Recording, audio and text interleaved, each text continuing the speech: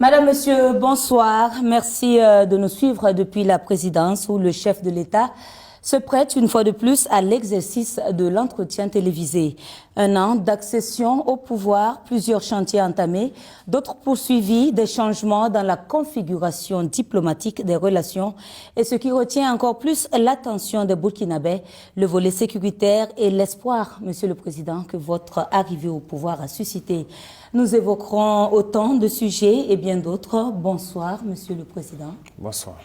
Et pour mener à bien la tâche qui nous a été assignée, je suis avec mes confrères Patenema Oumar Ouedraogo des éditions Sidoya et Ismaël Ouedraogo de la télévision Burkina Info. Bonsoir, chers confrères. Bonsoir, Ruth. Bonsoir, Monsieur le Président. Bonsoir. Bonsoir, Ruth. Bonsoir, Monsieur le Président. Excellence, cela fait une année que vous êtes dans le fauteuil présidentiel. Jeune capitaine de 35 ans qui ne s'était pas tracé un destin politique. Et depuis votre arrivée, à l'image des récents événements que nous avons connus, chaque jour pratiquement a été jalonné par des questions d'État. Excellence, comment est-ce que vous vous sentez aujourd'hui et comment est-ce que vous vivez tout ceci? Depuis le premier jour, nous avons dit que nous avons été révoltés par des faits, ce qui a conduit donc à entreprendre ces actions. Le peuple a bien voulu, depuis ce jour, nous confier donc la destinée de cette nation, chose que nous assumons pleinement. Certes, ce n'était pas l'objectif, comme vous l'avez signifié, mais la mission est sacrée, on nous l'a confiée et nous avons juré de mener à bien cette mission. Donc, on se sent de plus en plus réconforté tant que le peuple est avec nous. Et cette mission, on va la mener à bien. Les derniers événements, Monsieur le Président, c'était les 26 et 27 septembre, avec notamment ce qui s'est passé au Burkina Faso. Vous avez fait un tweet en disant « Je rassure de ma détermination à conduire la transition à bon port, en dépit de l'adversité des différentes manœuvres. » Alors, comment vous vivez ces événements, ces multiples rebondissements contre votre pouvoir? Il faut d'abord signifier que, comme je dis, l'itinéraire emprunté est difficile. Nous avons une lutte à mener contre l'impérialisme. Et l'impérialisme, ce n'est pas uniquement ceux qui sont à l'extérieur, c'est surtout les valeurs locaux sur place. Ce sont des choses que nous vivons depuis le premier jour. Mais bon, on s'était dit que c'est logique. Lorsque nous nous sommes révoltés, 2 mois, 3 mois, certains peuvent ne pas être contents. Jusqu'à 6 mois, on observait. Mais à un moment donné, il faut que les gens arrêtent. Ça continue, on a mis en garde plusieurs fois. Et ben, on ne peut pas concevoir qu'un an après que le peuple ait choisi son itinéraire, que nous sommes dans une nouvelle configuration, que des gens s'opposent à cela. C'est-à-dire que c'est la tolérance zéro désormais contre toute personne qui s'aventurerait à déstabiliser votre pouvoir? Ne dites pas notre pouvoir, je dirais toute personne qui voudrait, c'est-à-dire se mettre en travers de la marche de ce peuple-là. Il n'y aura pas de sentiment. Ça, c'est terminé. Nous avons assez sensibilisé, nous avons assez parlé aux gens. Et voilà. Ce n'est pas comme si on ne les connaît pas. Nous les connaissons. Certains sont venus ici, nous les avons dit. On vous flatte. L'impérialisme n'a pas d'amis. Peut-être que certains se sentent obligés parce qu'ils ont peut-être des serments qu'ils ont prêtés avec les impérialistes et il les faut aller au bout. C'est fini. C'est fini. Monsieur le Président, des sous-officiers, des officiers aujourd'hui, est-ce que toutes ces arrestations ne montrent pas qu'il y a un malaise au sein de notre armée au Burkina Faso? Pas de malaise. Ce sont des individus manipulés. Voilà. Il n'y a pas de malaise. Les hommes se battent au front. Il n'y a aucun malaise. Et si vous regardez ceux qui sont dans ces situations-là, ce n'est pas forcément des gens venus du front. Donc des Burkinabés se battent. On ne peut pas concevoir que d'autres qui sont à l'arrière, ils se permettent de rentrer dans certains projets. Et en fait, il faut reconnaître que les impérialistes, ils sont très malins. Ils peuvent prendre quelques individus avec qui ils traitent, et ces individus se sentent obligés d'aller au bout parce qu'ils sont menacés aussi. S'ils ne vont pas au bout, ce qu'ils ont pris ou bien les serments qu'ils ont prêtés avec eux, ils auront des problèmes. Mais ils vont embarquer d'autres personnes dedans. C'est peut-être que les gens soient intelligents. Mais voilà, il n'y a pas de problème majeur. Tout le monde ne sera pas d'accord, mais ça fait partie. Excellence, l'un des gros sujets d'intérêt pour la population, c'est bien la question sécuritaire, la sécurité et la défense. Une année après, le Burkina qui continue d'essuyer de lourdes attaques, comme on l'a vu à Koungri il y a quelques semaines. Alors, 53 morts, ce fut énorme, Monsieur le Président. On aimerait un peu comprendre ce qui s'est réellement passé. Les batailles, il y a des morts. Mais 53, on trouve ça trop. Sûrement que quelque chose n'a pas fonctionné. Les enquêtes sont en cours aussi. S'il y a des choses qui n'ont pas fonctionné à notre niveau, qu'on puisse régler ça rapidement. Mais il faut reconnaître que Kombri, c'était une action audacieuse. C'était très audacieux parce que c'est une zone qui a été abandonnée, qui était sous contrôle terroriste. Donc, vous savez très bien, depuis 2021, personne n'y a mis pied. Il faut y aller. Toutes ces zones où on est absent depuis des années, nous allons y aller. Ce seraient des batailles très dures, il faut s'y attendre, mais nous sommes là pour ça. Il faut qu'on y aille. Alors pour rester dans cette région, Tangaï, c'est une des communes rurales qui a été reconquise il n'y a pas très longtemps, avec à la clé l'installation d'une base militaire et même le retour des populations. Sur le terrain, vous pourrez le constater. Voilà. Il y a des choses même que nous voyons souvent qui ne nous plaisent pas forcément. Parce qu'il arrive que certains communiquent, on a reconquis tel village, les gens ont rejoint.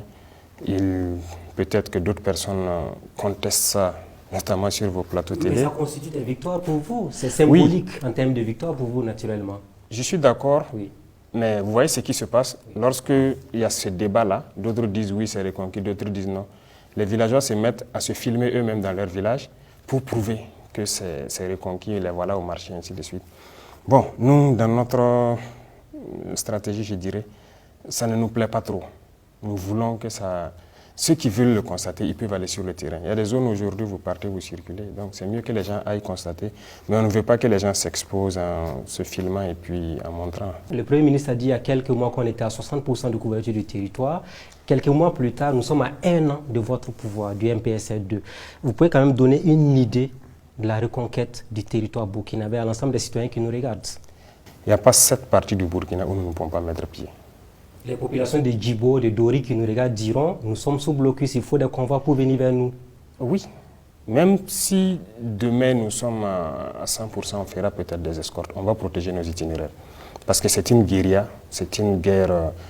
2, 3, 4 individus sortent et voilà, commettent des dégâts sur quelques camions et puis ils disparaissent. Et voilà, donc on va toujours protéger nos itinéraires, on va toujours escorter nos commerçants et tous ceux qui se déplacent. Alors l'une des plaintes, c'est le temps que ça met. Je prends l'exemple de la ville de Nouna qui a été ravitaillée rien que le mardi, mais là on a mis pratiquement 1 mois pour ravitailler cette localité-là. Bon, peut-être le délai est dû peut-être aux conditions du terrain. Avec la saison, peut-être c'est pas facile. Et la planification des missions, donc dans ces situations-là, c'est pas aussi simple. Mais ce sont des choses qu'on va rattraper. Alors, Excellence, une année après votre arrivée au pouvoir, est-ce que, au regard de la configuration des choses dans la lutte antiterroriste, vous êtes toujours dans la pensée que les armes seules suffisent à vaincre le phénomène? Nous ne sommes pas dans les armes seules. Nous sommes dans la communication aussi, n'est-ce pas?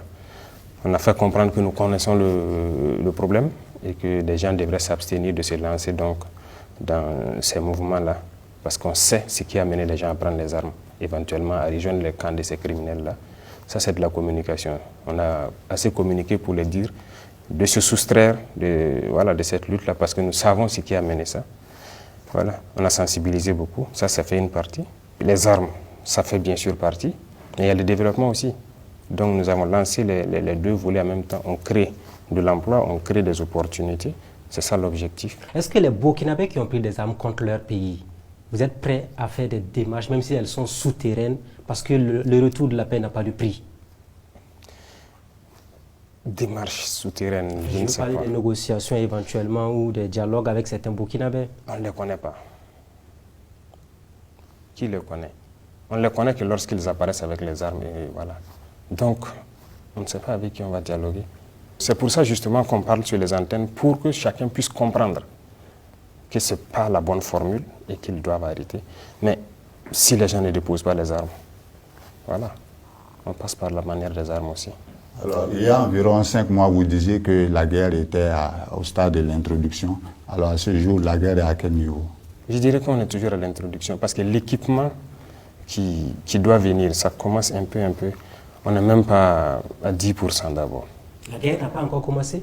Nous sommes à l'introduction, comme on l'a dit. Les opérations sont plus aériennes et souvent aéroterrestres. Nous avions beaucoup de soucis. Que ce soit l'effectif, l'organisation, l'équipement, ce n'était pas ça. On se disait qu'il y avait de la logistique, des armes et tout, mais on ne voulait pas nous donner. Mais on est arrivé, on a constaté que ce n'était pas le cas. Il n'y avait rien, les gens n'ont pas préparé la guerre. Pendant que ça fait des années de guerre. La première des choses, c'était de chercher à savoir qu'est-ce qu'il y a dans nos soutes. Il n'y avait rien. Il n'y avait rien. On ne pouvait même pas trouver 200 Kalachnikov en réserve. Pour l'ensemble du territoire burkinabé? Bien sûr. 200 Kalachnikov? Il n'y en avait pas en réserve dans les soutes. Okay. On a envoyé des missions aller vérifier. Vous pouvez aller, vous êtes des journalistes, allez-y au niveau du matériel, vous les demandez en octobre qu'est-ce qu'il y avait, quelle quantité de munitions il y avait. Mais on ne pouvait pas communiquer. Ce n'était pas nous en son temps qui allons sortir et dire ok, nous on croyait que, mais c'est pas ça, c'est une information qu'on donne aux terroristes. Il fallait s'équiper, être à un niveau. Aujourd'hui, je peux le dire, parce que nous avons au moins 10 000 fois peut-être cette quantité aujourd'hui. Donc, Excellence, et à quand pourrons-nous véritablement estimer le début de cette guerre? Ça a débuté, comme je l'ai dit, parce qu'il y a eu quand même de l'équipement qui est venu. Nous sommes à l'introduction. Voilà, donc il avait attendu le développement maintenant? Oui, ne vous en faites pas. Vous ferez partie des grosses missions dans les jours à venir. Avec plaisir, Excellence. Je voudrais qu'on reste là-dessus une fois encore. Vous avez dit au début, c'était des petits problèmes logistiques et de considération de la vie humaine. Est-ce qu'une année après, vous maintenez les mêmes propos? Je dirais même, pire que ça. Parce que nous n'avons pas compris comment on n'a pas pu s'équiper, avoir un minimum pour faire la guerre. On a été très surpris de voir qu'on n'avait rien. Même le côté logistique, les gens quittaient, lorsque vous voulez organiser des opérations dans un groupement, vous quittez Kaya ou Bobo pour venir à Ouagadougou. Vous gagnez quelques 5-7 pick-up, vous êtes content, vous repartez, vous faites, et vous venez réintégrer ici. Aujourd'hui, aucun groupement ne vient à la portion centrale pour chercher ses moyens.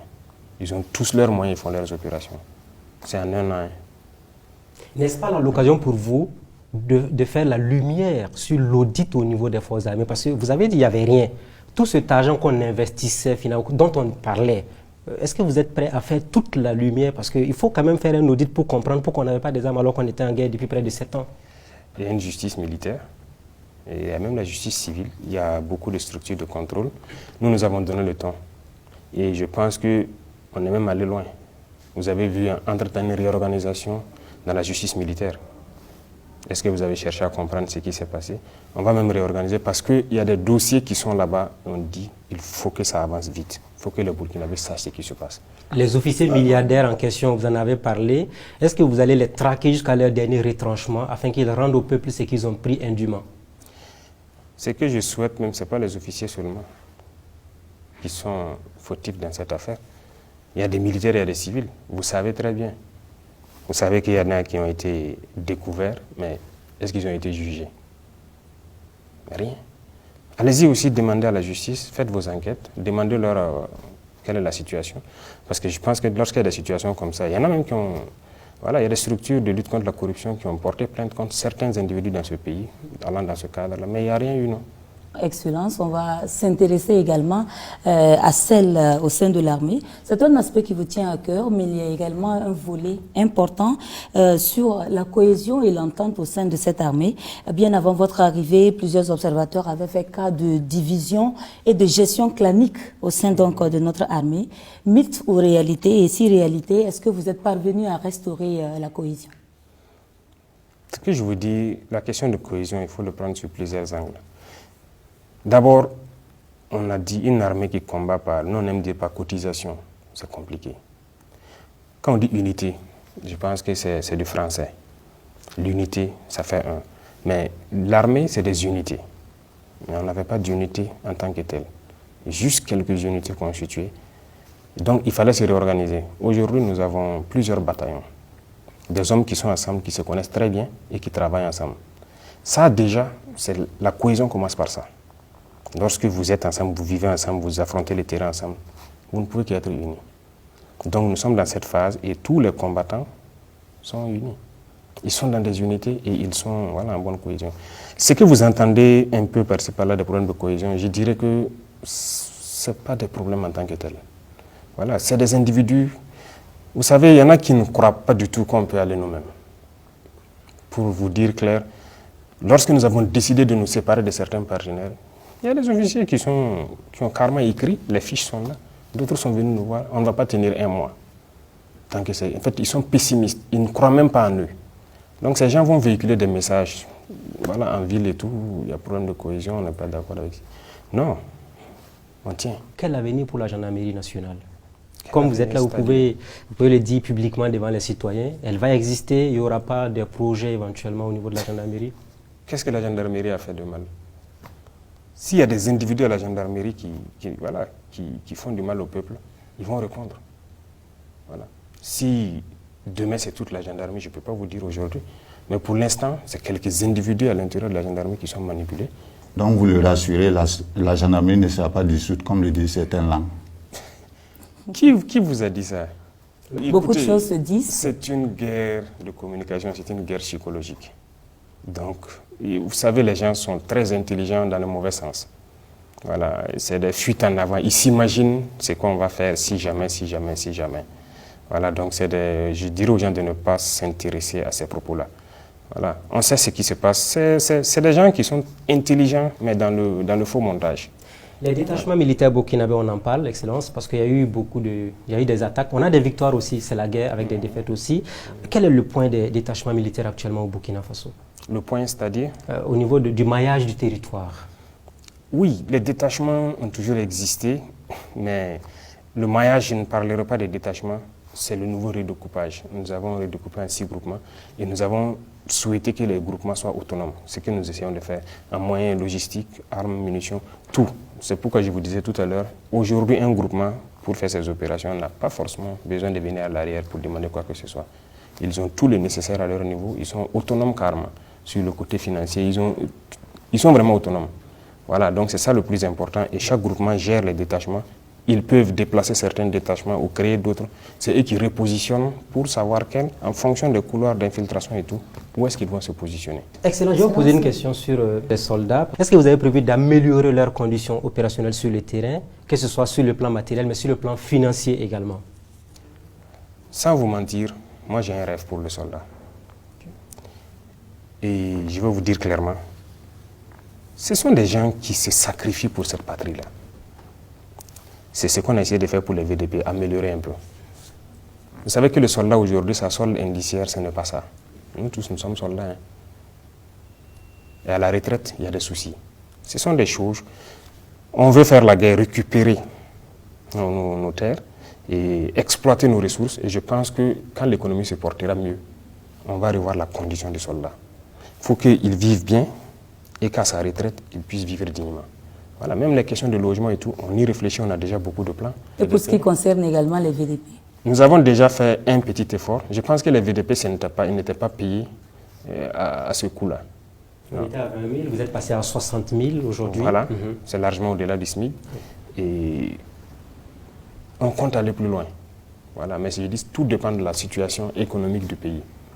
Plus on reconquiert et qu'on arrive à entretenir l'économie, voilà pourquoi je dis les deux vont ensemble. On va améliorer leurs conditions. Les VDP, ce sont des gens, c'est des civils comme vous, qui ont quelques jours de formation, mais ils acceptent d'aller se sacrifier. Mais est-ce que vous avez prévu d'améliorer au moins, parce que les familles des VDP aussi commencent à donner de la voix sur cette question-là?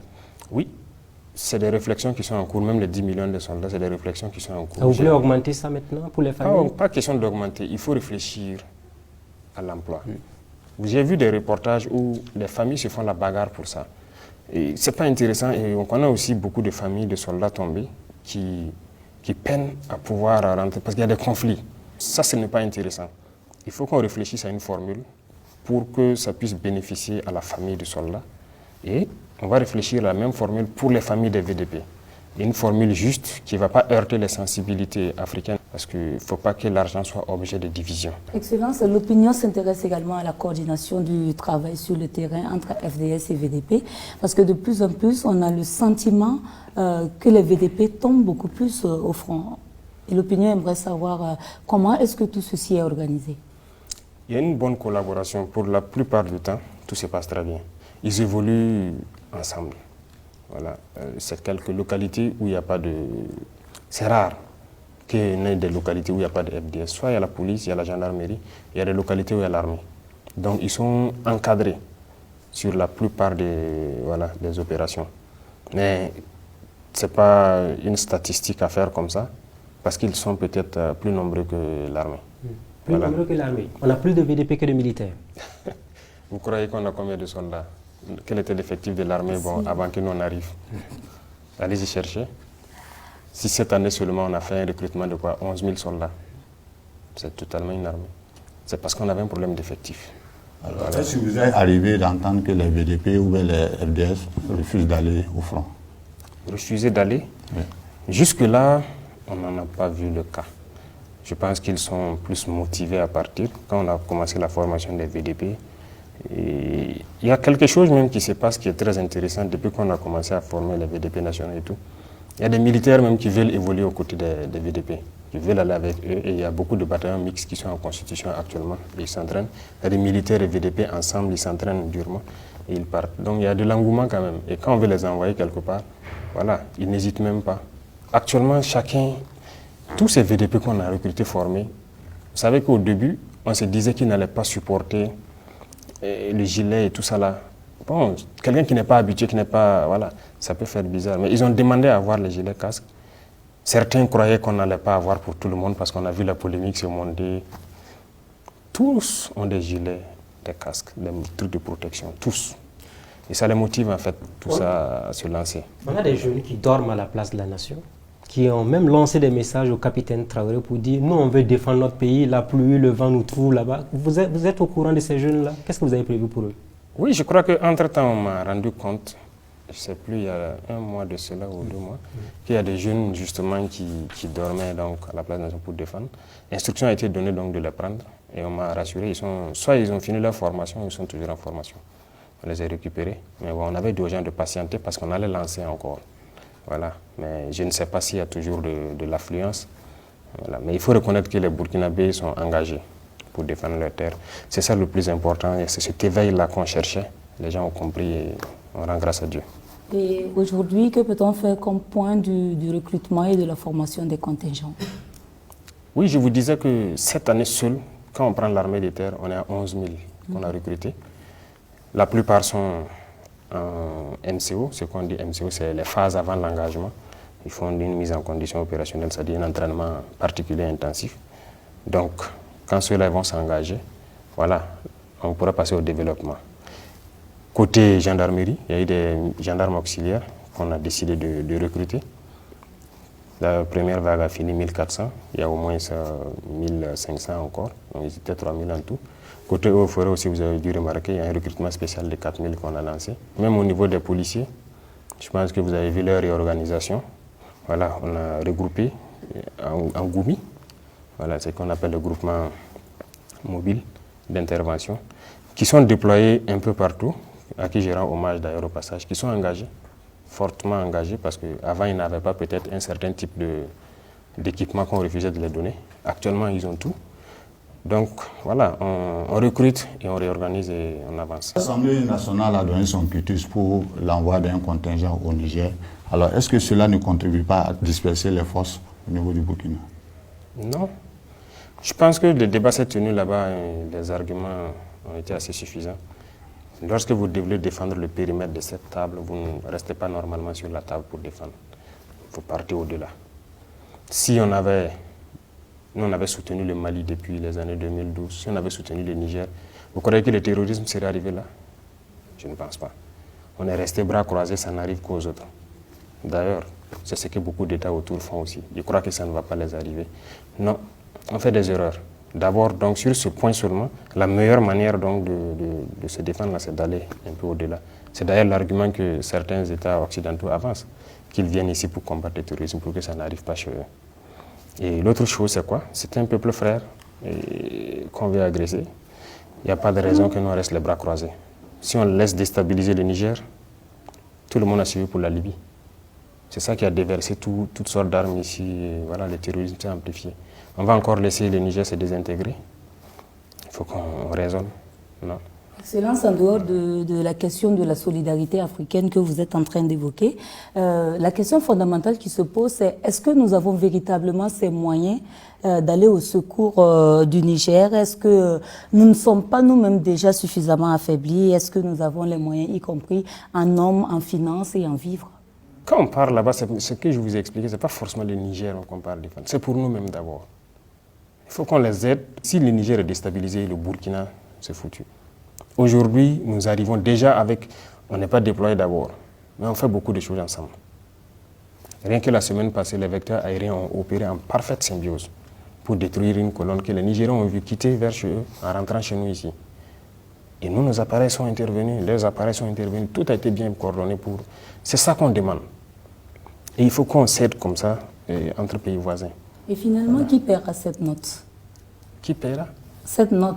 Non, ce n'est pas une note particulière. De toute façon, sur notre territoire, on fait des opérations. Il n'y a rien de particulier si les soldats se retrouvent de l'autre côté de la frontière pour faire la guerre. Le 16 septembre 2023, donc, il y a eu la création de l'AES, l'Alliance des États du Sahel. Est-ce là un processus vers la fin de la CEDEAO ou le retrait de ces trois pays de la CEDEAO pour une certaine autonomie? L'AES, c'est une défense en commun. Nous avons décidé d'unifier nos espaces. Aujourd'hui, peu importe la situation au Niger, aussi au Burkina ou au Mali, on peut bénéficier l'un comme l'autre du soutien de ce partenariat-là.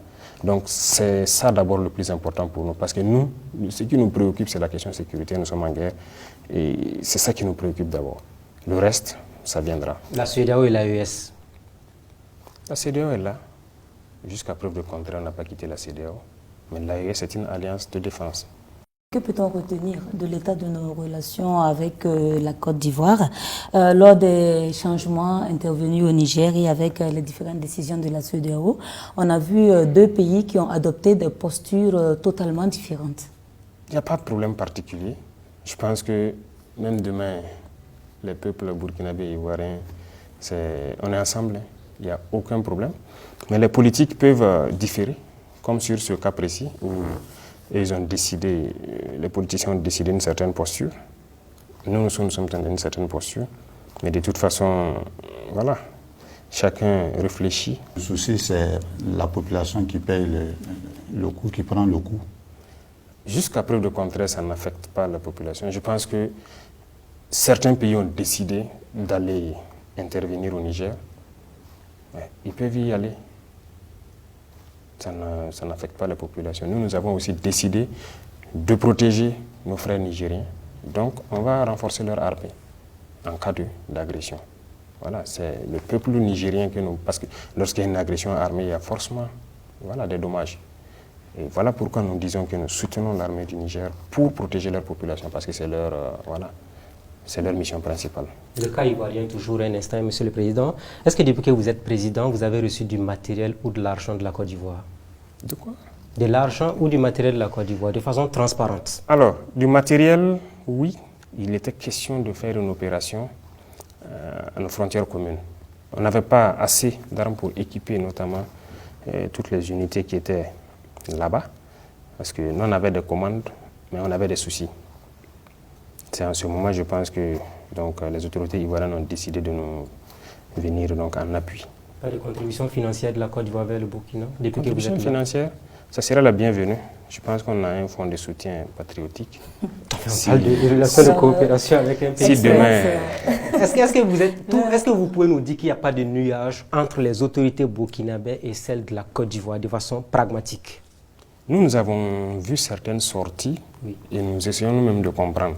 Jusqu'à preuve de contraire, je ne pense pas que les autorités burkinabées ont fait des sorties pour agresser verbalement ou quoi que ce soit les autorités ivoiriennes. Mais nous avons vu par contre des sorties d'autorités ivoiriennes. On a vu les sorties du président de l'Assemblée, on a vu beaucoup d'autres choses qui malheureusement ont parlé du Burkina négativement, mais nous n'avons pas répondu. Voilà, parce que nous avons jugé que c'est des opinions d'individus, mais ce n'est pas l'opinion du peuple ivoirien. Voilà, donc on a décidé, mais jusqu'à preuve de contraire, ici, il n'y a pas une seule autorité qui a fait une sortie parlant de la Côte d'Ivoire. Une lucane sur les Burkinabés qui vivent en Côte d'Ivoire. Vous, en tant que président, est-ce que vous avez un message à leur adresser? Parce que beaucoup sont intéressés à rentrer au pays pour lutter, pour défendre le territoire ou encore financièrement apporter leur contribution. Beaucoup sont déjà rentrés, qui sont sur le terrain. Et, comme vous dites financièrement, beaucoup ont contribué. Beaucoup continuent d'envoyer leur contribution à travers le fonds. Et il n'y a pas longtemps, les opérateurs ivoiriens sont venus ici même, ils ont fait un congrès, ils ont contribué. Donc vraiment, on les remercie, on les encourage à toujours. C'est de la Côte d'Ivoire seulement? Non, beaucoup de la diaspora. Ça, il faut le reconnaître. C'est ce que j'ai dit, nous avons beaucoup apprécié le réveil. Le réveil, voilà, l'éveil de conscience et tout. Les gens aiment leur pays, ils aiment leur patrie, et peu importe où ils sont, ils pensent toujours au pays. Ça, moi, j'ai beaucoup apprécié. Et cette année seulement, si vous comptez le nombre de fois, ceux de la diaspora qui ont eu des congrès ici, c'était vraiment très bien. Et à chaque fois, ils viennent et ils contribuent. Donc, ce n'est pas la Côte d'Ivoire seulement, tous les Burkinabés de l'extérieur, on les salue. Monsieur le Président, quelque fait marquant de notre diplomatie, c'est la cristallisation des relations entre le Burkina Faso et la France et notre rapprochement avec la Russie. C'est ce que nous sommes en train de travailler véritablement à être autonomes, ou est-ce que nous sommes en train de travailler à nous faire encore chapeauter par un autre maître, entre guillemets? Un autre maître, c'est trop dit. Je ne pense pas que dans l'histoire de la Russie, par exemple, la Russie n'a jamais colonisé un pays ici. Vous êtes d'accord avec moi? Vous connaissez un seul pays en Afrique ici que la Russie a colonisé? Ou partout ailleurs? Donc, il ne faut pas comparer d'abord les deux. Les vérités d'hier peuvent toujours être celles d'aujourd'hui. Pas évident, mais c'est pour vous dire que nous avons suivi l'évolution de notre pays avec un partenariat. Aujourd'hui, nous sommes dans la guerre, nous avons aussi suivi. On a jugé que ce n'est pas sincère. On arrête. Pourquoi depuis 1960 jusqu'à aujourd'hui, soi-disant indépendance, vous savez bien qu'il y a beaucoup de mots. Ça ne va pas. On produit beaucoup, on a toutes les richesses, mais pourquoi ça ne va pas? Il y a quelque chose qui ne marche pas. Nos matières premières sont exportées. À les transformer, on revient nous vendre encore avec... donc on exporte en quelque sorte nos emplois et toute notre richesse. Sur le plan économique, rien ne va. Sur le plan défense, on a vu avec la guerre, rien ne va. Pourquoi il faut continuer? On change de partenariat. Qu'est-ce qui garantit que la Russie sera mieux que la France à l'avenir? Les Russes suivent très bien ce qui se passe en Afrique. Et c'est parce qu'ils sont aussi anti-impérialistes que nos esprits, je peux dire nos idées convergent. Voilà. Déjà, quand vous prenez nos équipements ici, la plupart de nos équipements sont russes. La plupart. Ils acceptent de nous vendre tout. Et vous avez vu un équipement, je dirais français peut-être ici? Il n'y en a pas beaucoup. Quelques-uns. Aujourd'hui, dans cette guerre, comme on le dit, cette année, nous avons fait l'expérience. On refuse de nous vendre, par exemple, beaucoup d'États impérialistes refusent de nous vendre ce qu'ils disent, ce qui est létal. Des canons qui se montent sur l'avion, on refuse de nous vendre. Et voilà. Et avec la France, il y a beaucoup de choses qu'on souhaite payer, mais ils ne vont pas nous donner la licence. On ne va pas nous vendre. Et même avec les Américains, on a eu des soucis. Donc, les terroristes doivent avoir une arme, ils nous tirent dessus. Bon, nous, on ne doit pas avoir ce qui tue. C'est des gaz lacrymogènes, c'est autre qu'on peut nous vendre. Je ne sais pas. Si nous sommes en guerre et que nous avons des populations qui meurent, on veut se défendre, et vous refusez de nous vendre ce qui est létal, vous n'êtes pas nos amis. Monsieur le Président, on va parler des réformes politiques et institutionnelles. Alors, à quand la levée de la suspension des activités des partis politiques? La suspension, ce n'est pas de plein gré. Vous avez vu, c'est une question de sécurité d'abord. On ne souhaite pas que les gens commencent des activités politiques et qu'on soit amené à déployer des forces pour sécuriser. Parce que je pense qu'il y a eu le cas dans un pays voisin où des politiciens ont voulu faire une rencontre et des gens sont venus s'en prendre à eux. Voilà. Et ça nous a interpellés. On dit, bon, c'est difficile, nous on veut employer la force à autre chose. Aujourd'hui, je vous disais que beaucoup d'unités sont constituées. Vous voyez pas trop de policiers dans la rue comme ça. Hein. Voilà, on est concentré sur la guerre, on ne peut pas encore se partager pour sécuriser beaucoup de... Il y a trop de partis politiques. Est-ce que vous craignez les partis politiques au Burkina Faso? Craindre pourquoi? S'ils reprennent leurs activités avec éventuellement des mobilisations, on n'a pas fini. Non, ça ne craint pas. Je vous dis que c'est le peuple qui décide. Vous êtes sûr qu'il y aura de la mobilisation? Non, ce n'est pas ce qu'on craint. Donc si vous n'êtes pas sûr, pourquoi vous ne les laissez pas reprendre leurs activités sans problème? C'est la question de sécurité, j'ai dit. Si demain on dit à des gens de faire leurs activités et que des gens les agressent, qu'est-ce que vous direz? Les OSC qui mènent des activités à l'image des partis politiques. Les OSC qui mènent des activités comme quelle activité? Il y a des organisations de la société civile qui soutiennent les marches, comment on appelle ça? Les marches, meetings là? Les meetings et autres. Vous êtes sûr que c'est des OSC? C'est le peuple. Parce que quand vous dites OSC, ce sont généralement des gens qui ont peut-être, voilà, tout le leur papier. ressenti Mais ça, général est qu'il y a peut-être du 2 poids 2 mesures. Non, c'est un phénomène spontané.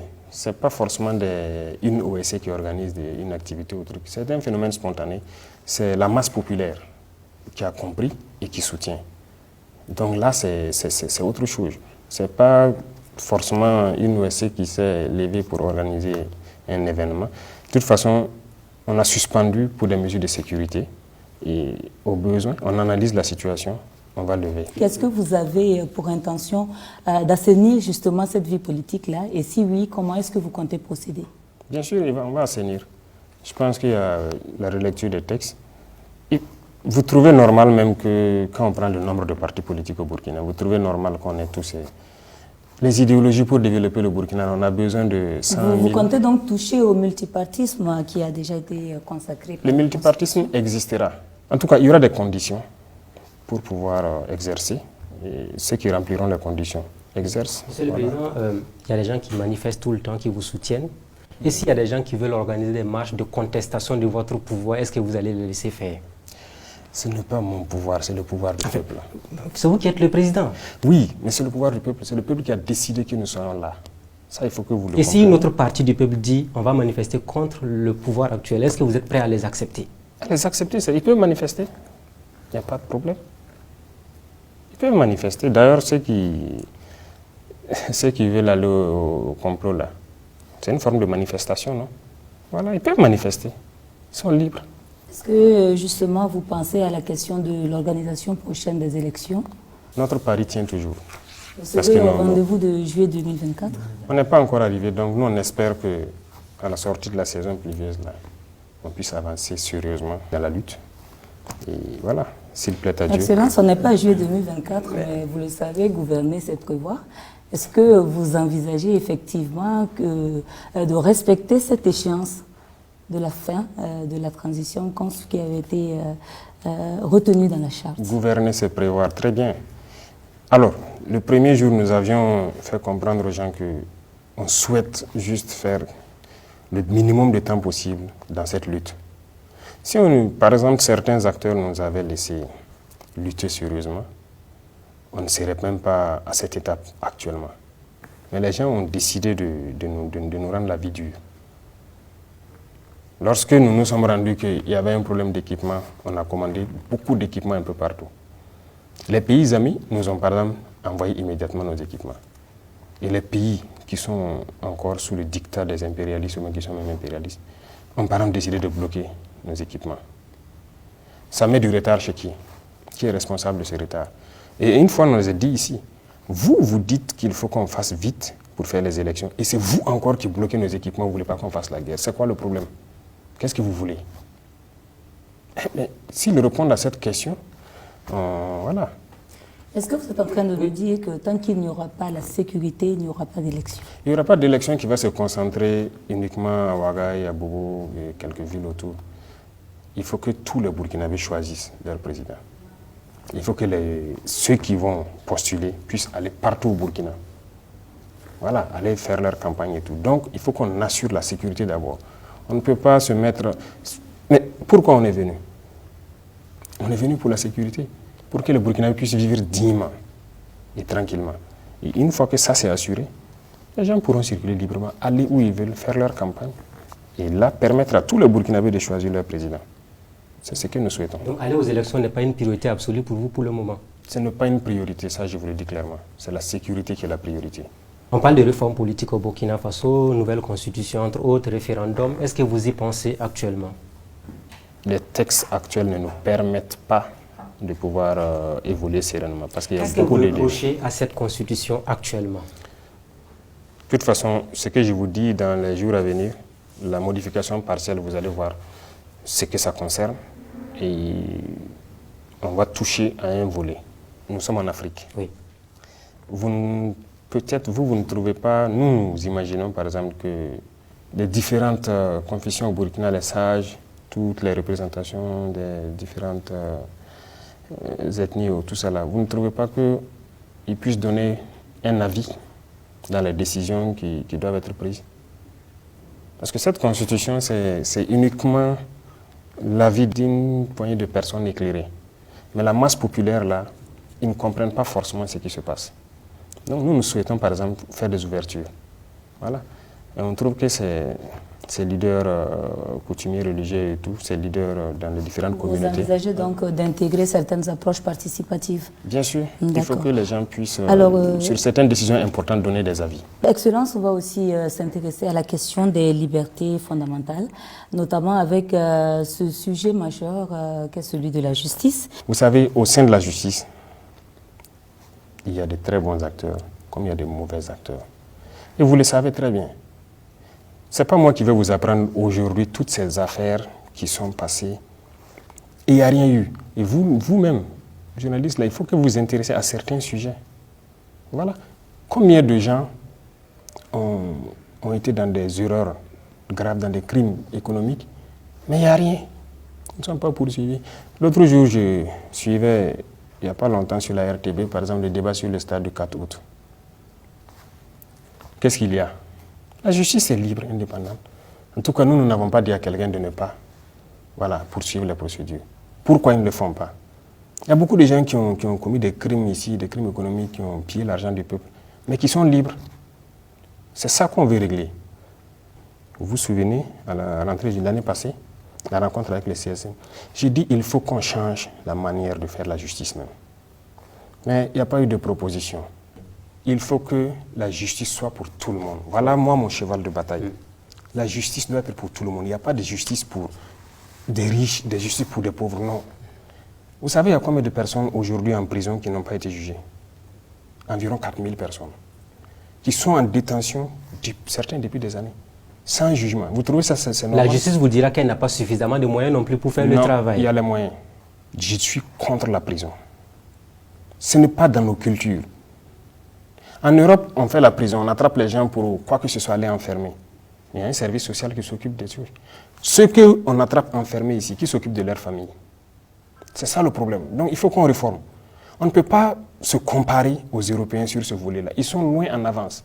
On ne peut pas prendre les textes et puis venir appliquer ici. Moi, je suis farouchement contre la prison. C'est pourquoi j'ai dit depuis l'année passée au CSM, je veux qu'on puisse modifier les textes pour que lorsque quelqu'un qui part voler un mouton, ben dans un garage, il a volé un moteur, aller vendre quelque chose, il cherche, on sait bien qu'il a faim. On part le faire travailler. Il va rembourser ce qu'il a volé. Donc les détenus pourraient être des VDP à l'avenir pour le Burkina Faso. Ils vont travailler. Si dans les prisons, les gens commencent à vous dire, nous voulons aller nous battre pour la nation, vous êtes prêts à libérer ces bras valides-là qui sont dans nos prisons pour aller lutter pour le territoire? Mais ils vont aller, ça dépend de ce qu'il a fait. Si ce n'est pas un criminel. Okay. Parce que j'ai dit la prison, c'est pour ceux qui tuent.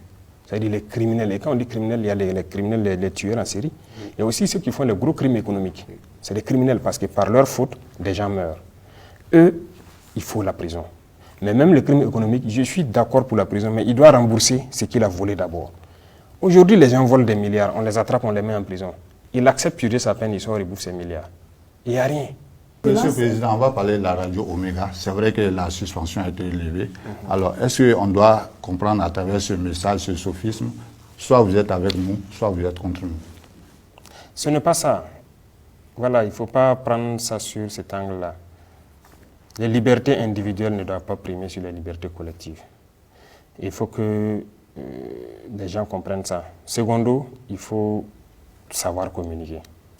On est en guerre, il faut savoir communiquer. Et il faut pas, soit vous êtes avec la patrie, ou bien vous êtes contre la patrie. Peut-être que d'autres communiquent sans savoir ce qu'ils font. Mais je pense qu'il y a des sessions de formation que je vois souvent, qui sont organisées au profit de vous les journalistes, pour vous mettre dans la communication des guerres. Je pense que chacun doit voir ça.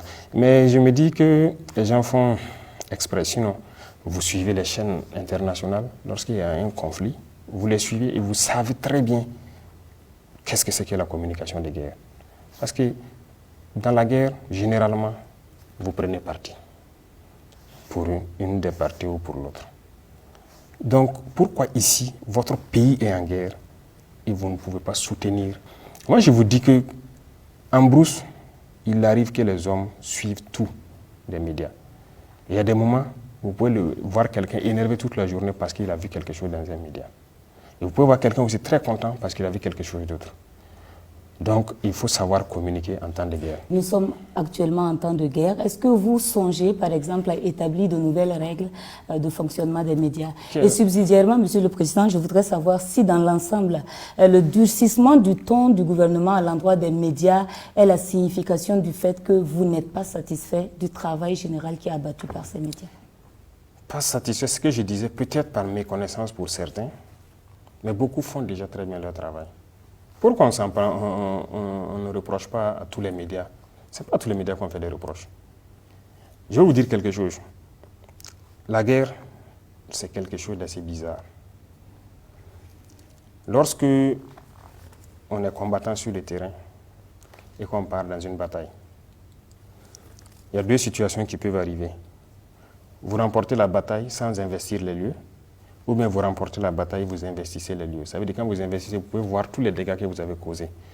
L'ennemi que vous avez tué, le matériel que vous allez remporter, en tout cas tous les détails, et vous repartez. Lorsque vous gagnez une bataille et que vous avez tous les détails, c'est de l'extase. Vous êtes très content. Et ça vous motive à aller demain, à repartir à l'offensive. Ça, c'est très important. Ok, l'ennemi, ce sont des combattants. Ils réagissent de la même façon. Aujourd'hui, il est très difficile pour eux de venir mener des batailles contre nous et investir les lieux. La plupart du temps, dès qu'ils viennent, ils tirent, ils ramassent leur corps et ils fuient parce qu'ils ne veulent pas rester que les vecteurs aériens viennent les trouver sur place. Ça veut dire qu'ils ne savent pas très souvent qu'est-ce qu'ils ont causé comme dégâts. Lorsqu'on donne à l'ennemi ces informations, ok, vous êtes venu aujourd'hui, vous avez fait tant de dégâts, ça l'encourage à revenir et à reprendre.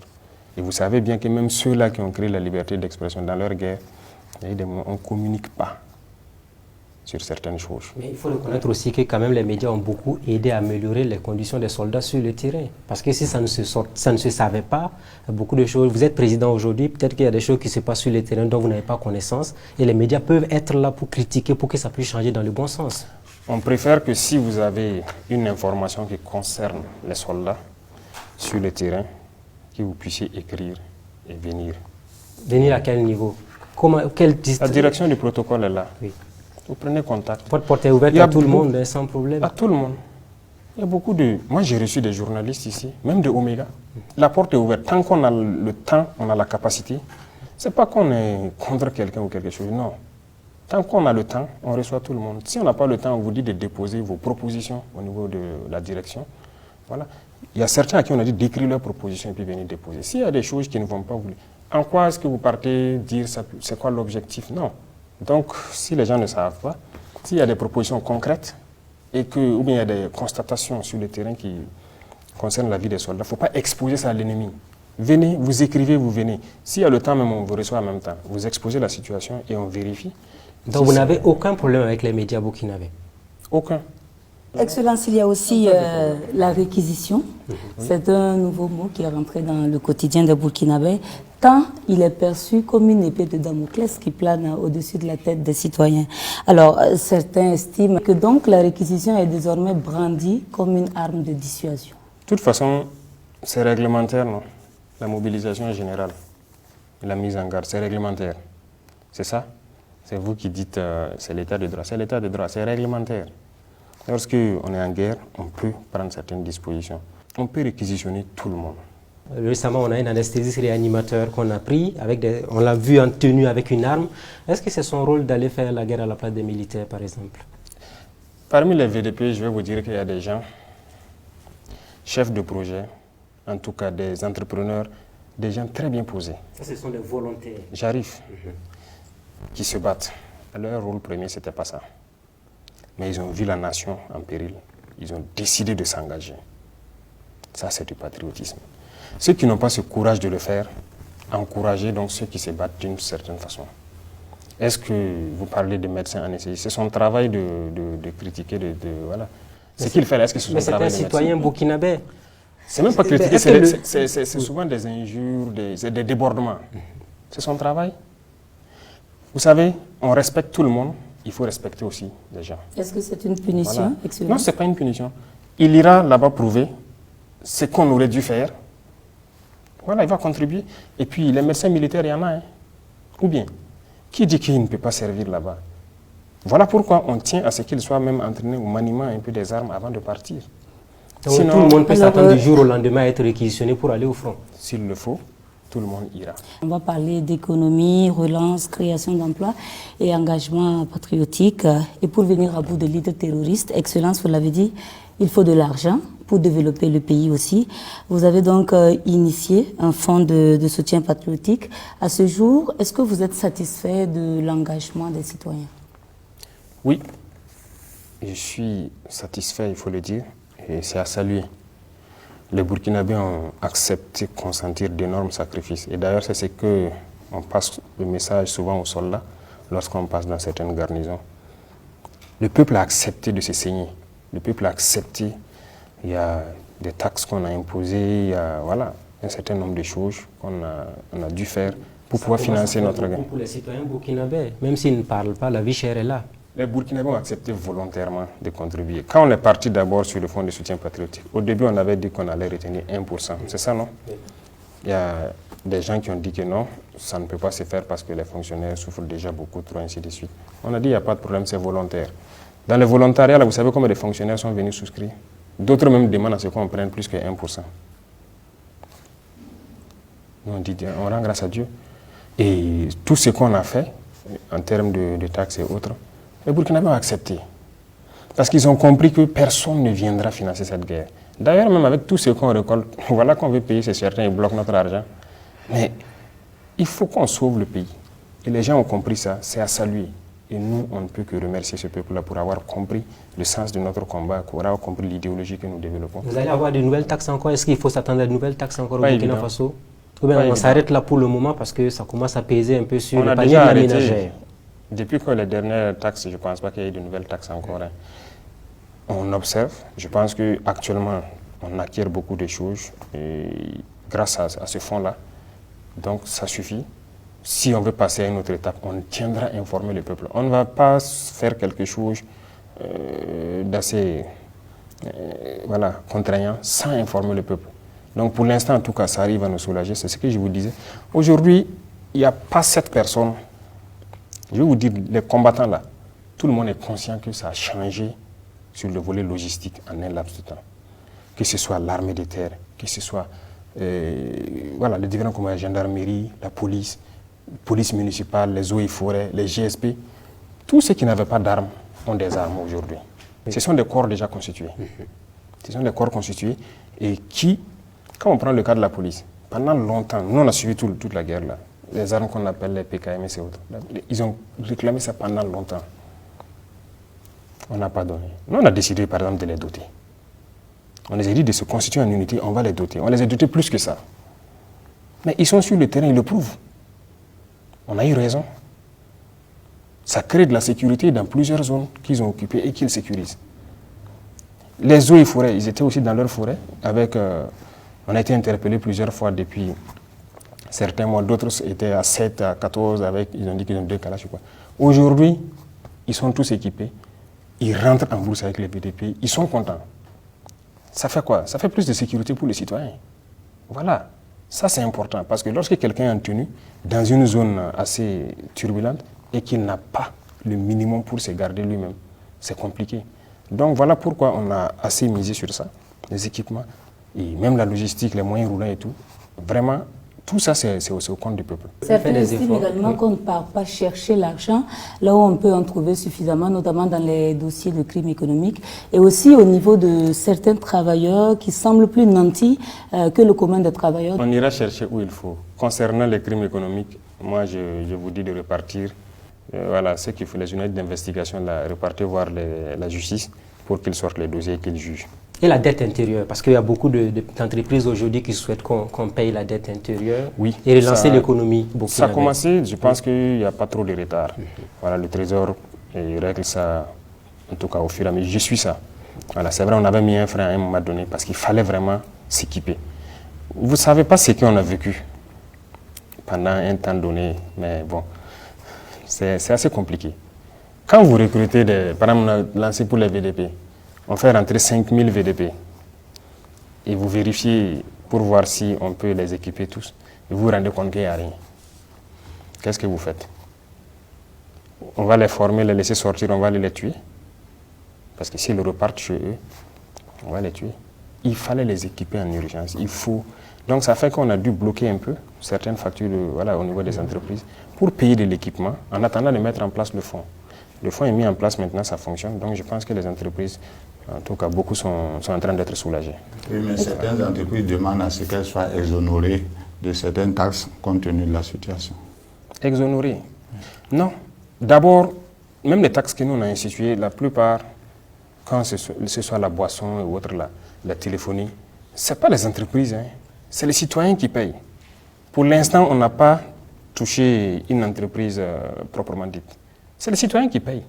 Lorsqu'on a augmenté le prix de la boisson, c'est augmenté chez vous aussi, non? Bien sûr. Vous avez mis également en place l'actionnariat populaire en appelant à l'engagement de tous. Et récemment, vous étiez à Bobo pour la pose de la première pierre d'une usine de transformation de la tomate. Peut-on en déduire que l'initiative se porte bien? Oui. Une fois de plus encore, moi je dis, on rend grâce à Dieu que les gens aient compris l'esprit qui est derrière cette idéologie-là. Les dévanciers ont parlé beaucoup de ça, d'autres ont voulu initier, mais c'est un système qui a été combattu. Pourtant, c'est un système qui marche. Nous, ça nous fait mal de voir aujourd'hui. Vous êtes déjà allé sur un site d'orpaillage, voir dans quelles conditions les jeunes Burkinabés travaillent. Le courage qu'ils ont de faire ça. Par exemple, on veut semi-mécaniser ça un peu, pour qu'au moins ils puissent soustraire le maximum de leur labeur et que ça puisse aller de façon un peu plus mécanique. Ça fait partie des missions de l'APEC. Tout ce qu'on produit ici, vous êtes d'accord qu'on produit tout ce... Quand on prend les produits de première nécessité, l'huile, le lait, comment je vais dire, même ces pâtes de tomates qu'on a. Vous trouvez normal que nous, on cultive l'arachide, le soja, le sésame, tout ça, nos noix de karité, tout exporté, et ensuite payer encore l'huile de l'extérieur? Est-ce que c'est normal?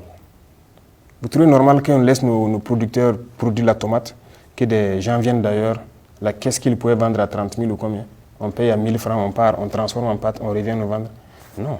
Ça va, on a réfléchi, on a pensé.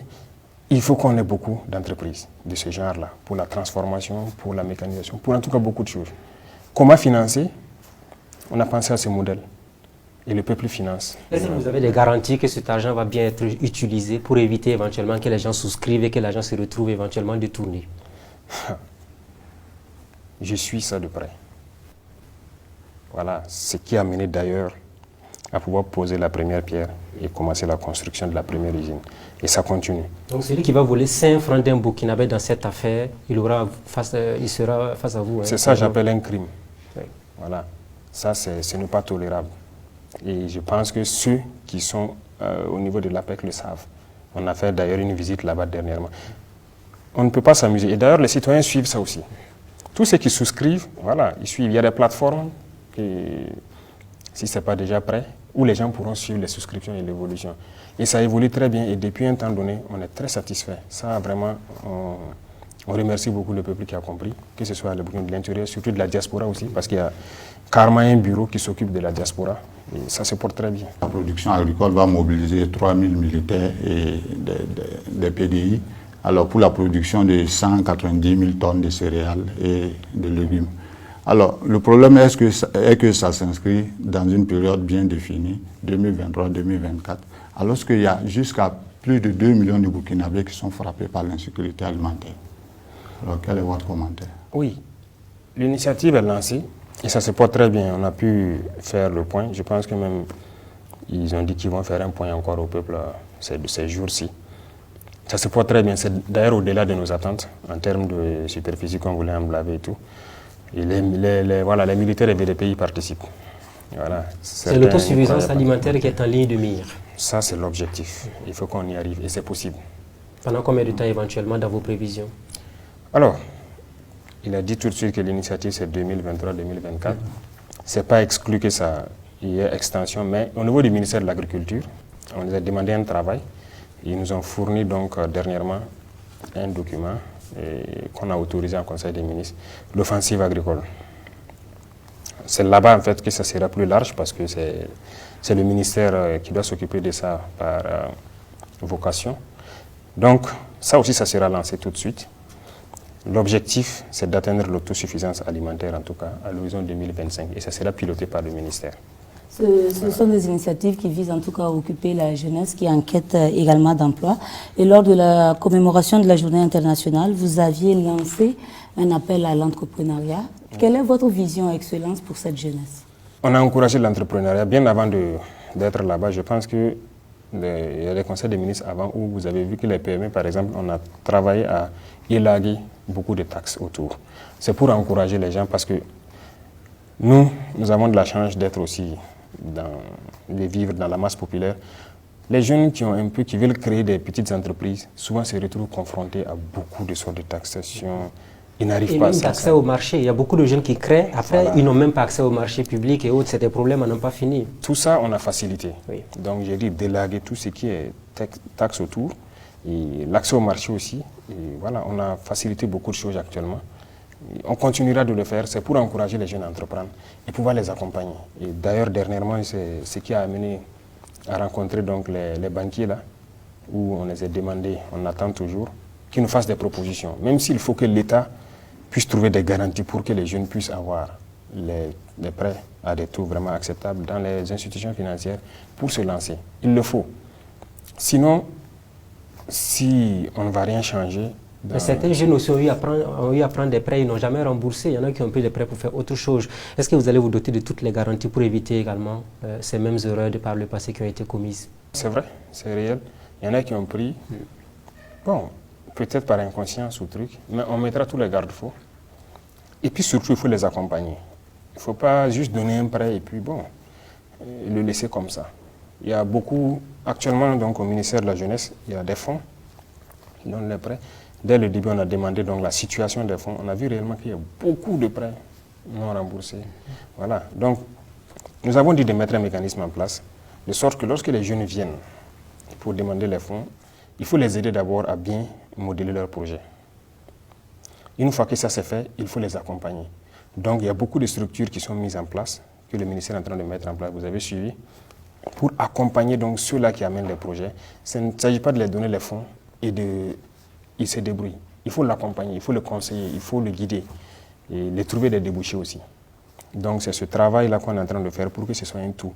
Pour qu'on les... Sinon, si vous les donnez, bon, ça, il peut être tenté de faire autre chose que ce même pourquoi il est venu chercher donc le prêt. Alors, Excellence, on est pratiquement au terme du temps en tout cas qui nous était imparti, mais on aimerait avoir très rapidement quelques réactions de votre part par rapport à certains sujets d'actualité. Tout à l'heure, on a évoqué le cas du stade du 4 août, 11 milliards comme somme initiale, des travaux engagés, non homologués par la FIFA, beaucoup à refaire et bien évidemment une facture qui va s'agrandir avec ce que nous avons comme amenuisement de nos ressources financières. Qu'est-ce que ça vous fait comme ressenti lorsque vous entendez toutes ces choses? Non, c'est peinant.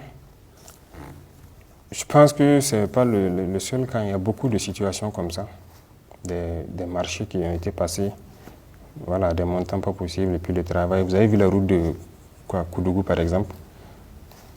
Ça existe dans ce pays-là. C'est ce que, là encore, j'interpelle voilà, nos amis de la justice, de s'auto-saisir de certaines questions et de faire la lumière. Là, on a demandé toute la situation au ministre, qui nous a amené clairement la situation. Et je pense qu'il a été c'est à la RTB, non? Voilà, ils ont eu un débat où il vous a dit clairement non. Ça n'a rien respecté comme procédure. On ne sait même pas. Mais nous, on attend aussi d'être éclairés. Est-ce que les gens vont aller en prison pour ça? Ça dépend de la justice. Parce qu'on m'a dit que les gens avaient été interpellés, auditionnés et puis relâchés. Monsieur le Président, le souci était qu'il avait même du mal à pointer du doigt les principaux responsables. Il n'y a pas de mal si les gens font leurs enquêtes. Il y a des responsables qui étaient là. Qu'on les interpelle. Il y a forcément un responsable. Lorsqu'il y a une dépense au niveau du gouvernement, il y a un responsable forcément. On ne peut pas... La dépense ne s'est pas faite toute seule. Donc, il ne faut pas...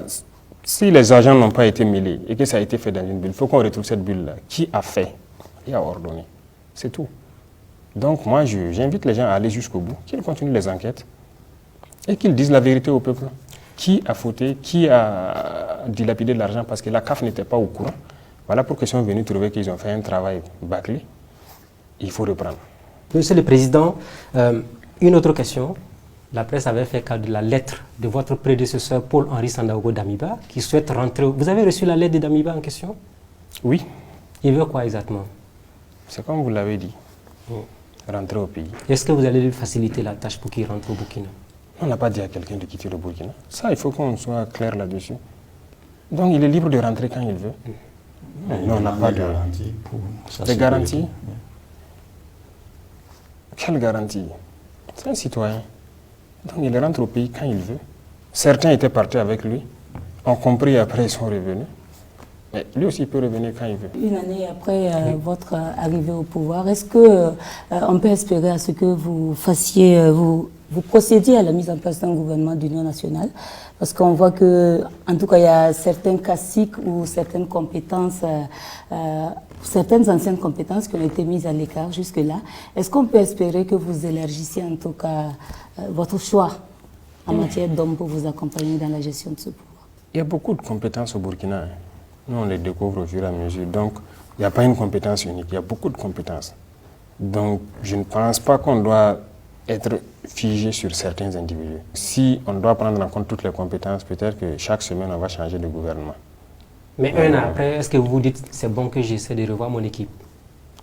Ce n'est pas une histoire de un an. À tout moment, c'est combien de mois après on a fait le premier remaniement?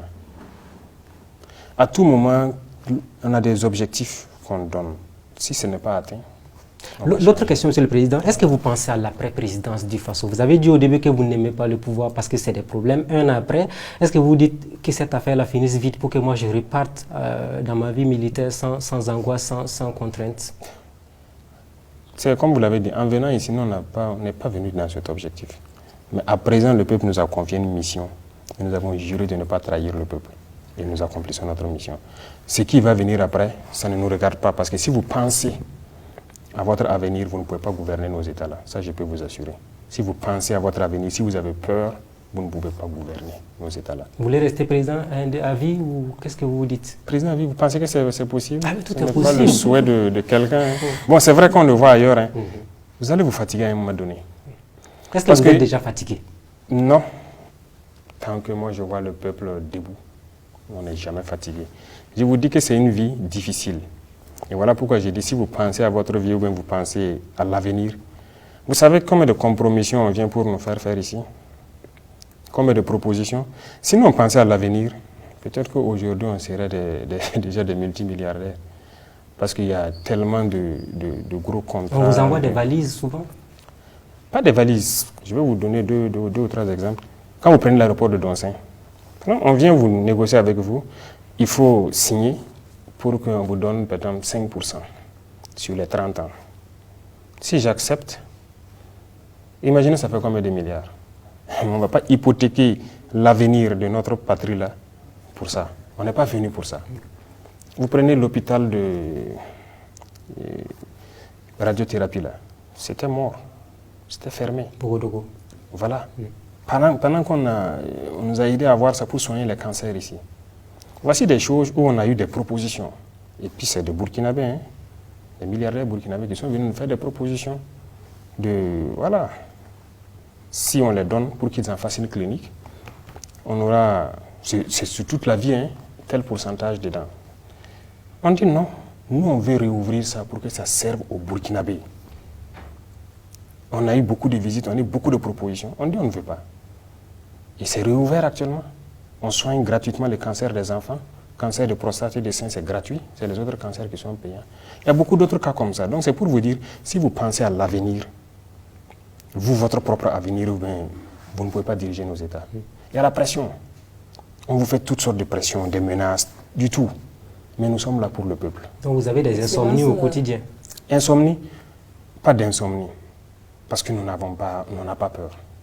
Vous n'avez pas peur? Non. Excellence, une année après être arrivé dans le fauteuil présidentiel, d'adresser un mot à l'ensemble de la population avant qu'on ne referme donc ce temps d'échange. Le mot qu'on peut adresser, c'est remerciement. Remerciement pour la confiance placée en nous et remerciement pour la confiance placée à l'idéologie que nous sommes en train de développer. Remerciement pour leur esprit panafricain, parce qu'il faut reconnaître que le peuple, si nous sommes dans un esprit de révolution panafricaine et que le peuple soutient, ils sont dans le même esprit. Donc nous ne pouvons que les remercier pour tout ce qu'ils font. C'est une confiance qu'on a. Sinon, on n'aurait pas lancé la PEC et puis avoir des souscriptions. On n'allait pas lancer les fonds de soutien et avoir des souscriptions. Le peuple a eu confiance en nous. On peut les rassurer que nous n'allons jamais briser cette confiance. Et on ne peut que les remercier et les demander de rester en veille et surtout de rester à l'écoute des vraies informations qui puissent provenir donc, voilà, de nous. Et parce qu'il y a souvent trop de fausses rumeurs qui peuvent amener les peuples à commettre l'irréparable très souvent. Et donc, ce qu'on peut donner comme conseil, c'est de faire attention aussi à ces réseaux sociaux et qu'on continue à se faire confiance. Lorsqu'il y a une information qui est là, on pourra le leur donner clairement et qu'on puisse avancer sereinement dans la construction de notre patrie là, voilà, avec tout le monde. Merci donc, Excellence, pour cet entretien qui a duré plus d'une heure d'horloge et qui s'est voulu en tout cas sans tabou. Nous espérons que les Burkinabés y ont trouvé réponse à leurs préoccupations. Merci à mes confrères Patenema Ouetraogo des éditions Sidoya et Ismaël Ouetraogo de Burkina Info. Madame, Monsieur, merci de nous avoir suivis et à très bientôt.